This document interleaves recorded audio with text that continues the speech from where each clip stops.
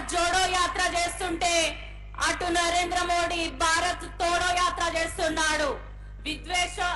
విద్వేషాలను రెచ్చగొడుతూ విధ్వంసం సృష్టిస్తున్నాడు. భారతదేశాన్ని ముక్కలు ముక్కలుగా మనుషుల్ని ప్రాంతాల వారిగా, కులాల వారిగా, మతాల వారిగా విడదీసి రాముడు నా ఒక్కడి సొత్తే అని చెప్పి మాయమాటలు చెప్పి అదేదో 400 సీట్లు నేను తెచ్చుకుంటా అనుకున్నాడు. కానీ ఆయన అక్కడ నార్త్ లో చతికిల పడ్డ విషయం ఆయనకు అర్థమైంది కాబట్టే గత 2-3 రోజుల్లో పిచ్చి పిచ్చిగా ప్రకటనలు చేస్తున్నారు అన్నది మీరు గమనించాలి. నరేంద్ర మోడీ బీజేపీ అభ్యర్థులు ఎవరైనా మీకోసం ఓటు అడగడానికి వస్తే మీరు అడగండి, మీరేం నిధులు ఇచ్చారు తెలంగాణకి, ఏం ప్రాజెక్టులు ఇచ్చారు, ఏం ఇండస్ట్రీస్ ఇచ్చారు, ఏం ఇన్స్టిట్యూట్ ఇచ్చారని. కాంగ్రెస్ ప్రభుత్వమే ఐఐటి ఇచ్చింది, ఎన్ఐటి ఇచ్చింది, ఇస్రో ఇచ్చింది. ఏదైనా ఒక విద్యా సంస్థని భారతదేశంలో తెలంగాణ రాష్ట్రానికి ఇచ్చిందంటే అది కేవలం కాంగ్రెస్ పార్టీ అని మీ అందరికి తెలియజేస్తున్నాను. ఏ విధంగానైతే విద్వేషాలు రెచ్చగొట్టి రాజకీయాలు చేస్తున్న నరేంద్ర మోడీ ఒకవైపు ఉంటే ఇంకోవైపు డాక్టర్ బిఆర్ అంబేద్కర్ అడుగుజాడల్లో నడుస్తూ 5 న్యాయంలో సమన్యాయం అనేది ఒకటి చేర్చి జనగణ ప్రకారం మనకి రిజర్వేషన్స్ కల్పిస్తా అన్న రాహుల్ గాంధీకి మనమందరం తోడుగా ఉండాలి. ఇంకొక విషయం ఏంటంటే, ఒక దళిత మహిళగా నేను మీ అందరి ముందు ఒక లోక్సభ అభ్యర్థిగా నిల్చున్నానంటే దానికి కారణం డాక్టర్ బిఆర్ అంబేద్కర్ గారి రాజ్యాంగం మరియు సోనియా గాంధీ, రాహుల్ గాంధీ, రేవంత్ అన్న గారి ఆశీర్వాదం అని మీ అందరికీ తెలియజేసుకుంటున్నాను. మరి అట్లాంటి రిజర్వేషన్స్ రాజ్యాంగాన్ని డాక్టర్ బిఆర్ అంబేద్కర్ ని తీసేస్తా అంటున్నాడు. నాలాగే నేనెంతో కలలు కన్నాను ఈ పొజిషన్ కి రావడానికి.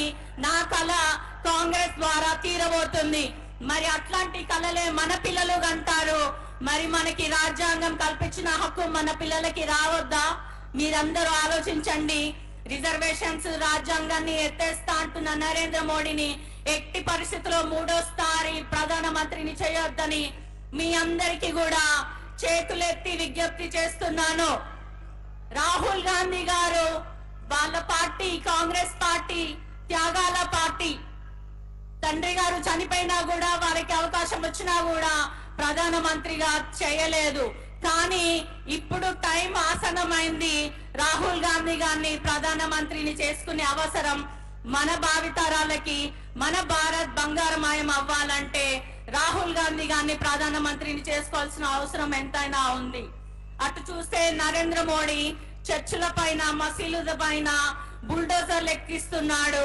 స్త్రీలను వివస్త్రణ చేసి మణిపూర్ లో తిప్పుతున్నా కూడా బయటికి రావట్లేదు. అంటే అంతటి రాక్షస పాలన నరేంద్ర మోడీ అందిస్తున్నాడు.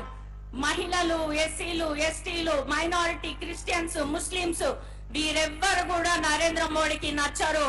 కేవలం అంబానీ, అదానీలే ఆయనకి ఇష్టం. వాళ్ళ కోసమే ఆయన ప్రభుత్వంలో ఉన్నాడు. మరోసారి గద్దెనెక్కాలని చూస్తున్నాడు. కాబట్టి ఇక్కడున్న బీజేపీ అభ్యర్థిని కూడా చూసుకుంటే ఇక్కడి నుంచి అక్కడి వరకు లెక్క పెట్టుకుంటే మడికొండలో ఎక్కడో చోట కబ్జా చేసే ఉంటాడు.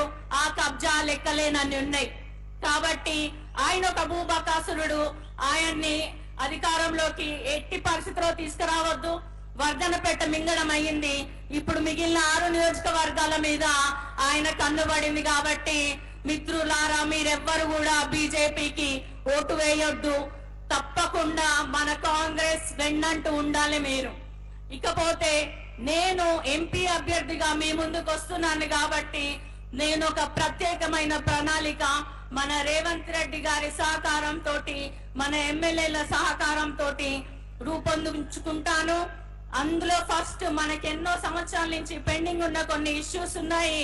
హైదరాబాద్, వరంగల్, భూపాలపల్లి నేషనల్ హైవేలో ఇండస్ట్రియల్ కారిడార్ ఏర్పాటు చేసుకొని వాటికి సబ్సిడీలు తెచ్చుకొని పరిశ్రమలను ఏర్పాటు చేసుకుందాము. అందుకు మన సీఎం గారు సహకరిస్తారు. అదే విధంగా శ్రీరామ్ సాగర్ మొదటి 2వ దశ పూర్తయింది. దేవాదుల ఎత్తిపోతల తర్వాత కాకతీయ గొలుసు కట్టు చెరువుల వల్ల వరంగల్ పార్లమెంట్ బరిలో ప్రతి ఎకరానికి, ప్రతి గ్రామానికి నీరు అందించే అవకాశం ఉంది. కాబట్టి మన సీఎం రేవంత్ రెడ్డి గారి చొరవతోటి దేవాదుల 3వ దశ కూడా పూర్తి చేసుకొని రైతుల సహకారంతో ప్రతి ఎకరానికి నీరు అందించే విధంగా నేను కృషి చేస్తాను. రైల్వే కోచ్ ఫ్యాక్టరీ మన విభజన హామీలలో అది ఒకటి, దాన్ని కూడా బీజేపీ పెండింగ్ లో పెట్టింది. అది వచ్చే విధంగా ప్రయత్నిస్తాను. మనందరికీ తెలుసు, ఉత్తర దక్షిణ భారత కూడలి అయినటువంటి కాజ్పేట్ రైల్వే జంక్షన్ ని డివిజన్ చేయాల్సిన అవసరం ఎంతైనా ఉంది. ఎందుకంటే మనకు నీటి వనరులు ఉన్నాయి, అనేక వనరులు ఉన్నాయి. ఎక్కడైతే ట్రాన్స్పోర్ట్ సిస్టమ్ అభివృద్ధి చెందుతుందో అక్కడ డెఫినెట్ గా వరంగల్ అభివృద్ధి చెందుతుంది అన్నది మీరు గుర్తుంచుకోవాలి. ఇంకొక విషయం ఏంటంటే, మనకి ఇక్కడ ఇంకొన్ని ఐటీ కంపెనీస్ వస్తే ఇదొక ఐటీ హబ్ గా కూడా తయారు చేసుకోవచ్చు. అలాగే ఇంతకుముందు చెప్పినట్టు ఒక ఇండస్ట్రియల్ కారిడార్, ఒక ఐటీ హబ్, ఒక ఎడ్యుకేషనల్ హబ్. మనందరికీ తెలుసు, కాకతీయ యూనివర్సిటీ, మెడికల్ కాలేజ్, తర్వాత ఎన్ఐటి వరంగల్ జిల్లాలో ఉన్నాయి. అదే విధంగా తెలంగాణలో రావాల్సిన ఐఐఎం ని వరంగల్ కి వచ్చే విధంగా నేను కృషి చేస్తానని మీ అందరికీ కూడా తెలియజేసుకుంటున్నాను. అదే విధంగా నేను ఒక మహిళా డాక్టర్ అయి ఉండి గత 8 ఏళ్లుగా మహిళలు, బాలబాలికల ఆరోగ్యం, విద్య, వైద్యం, సంక్షేమం మీద అనేక కార్యక్రమాలు చేపట్టడం జరిగింది. కాబట్టి నేను ఒక ఎంపీ అయ్యాక డెఫినెట్ గా కూడా మీ అందరి కోసం ఫస్ట్ మహిళలకి అధిక ప్రాధాన్యత ఇస్తాను. మనందరికీ తెలుసు, కాంగ్రెస్ మహిళలకి, యువతకి పెద్దపీట వేసిందన్న విషయము. అది మన యువ న్యాయం గాని, మహిళా న్యాయం గాని చూసుకున్నట్టయితే ఎన్నో పథకాలు మన కోసము కాంగ్రెస్ పార్టీ మేనిఫెస్టోలో జత చేయడం జరిగింది. కాబట్టి మన వరంగల్ జిల్లా ఎంతో విశిష్టత కలిగిన ఒక జిల్లా, ఉమ్మడి వరంగల్ జిల్లా. రాణి రుద్రమ పరాక్రమణ, తర్వాత సమ్మక్క సారక్క ధిక్కార సంస్కృతి, చాకలి ఐలమ్మ వీరత్వం, దొడ్డి కొమరయ్య వీరత్వం కలగల్పిన నేల మీద గాలి పీల్చుకునే ఒక ఆడబిడ్డగా మీ ముందుకు వస్తున్నాను. మీకెప్పుడు 24 గంటలు అందుబాటులో ఉండి మీకు కావాల్సిన పనులన్నీ మన శాసనసభ్యుల సహకారంతో, రేవంత్ రెడ్డి గారి సహకారంతో తప్పకుండా పూర్తి చేసి మీకెప్పుడు అందుబాటులో ఉంటూ మన వరంగల్ జిల్లాని ఇంకెంతో అభివృద్ధి చేసే దిశగా నేను ప్రయత్నిస్తానని తెలియజేసుకుంటూ, నాకు ఈ అవకాశం ఇచ్చిన పెద్దలందరికీ కూడా, నా కోసం తరలి వచ్చిన ప్రజలందరికీ, మన రేవంత్ రెడ్డి గారికి, సీఎం గారికి నా ధన్యవాదాలు తెలియజేసుకుంటూ సెలవు తీసుకుంటున్నాను. జై కాంగ్రెస్, జై కాంగ్రెస్.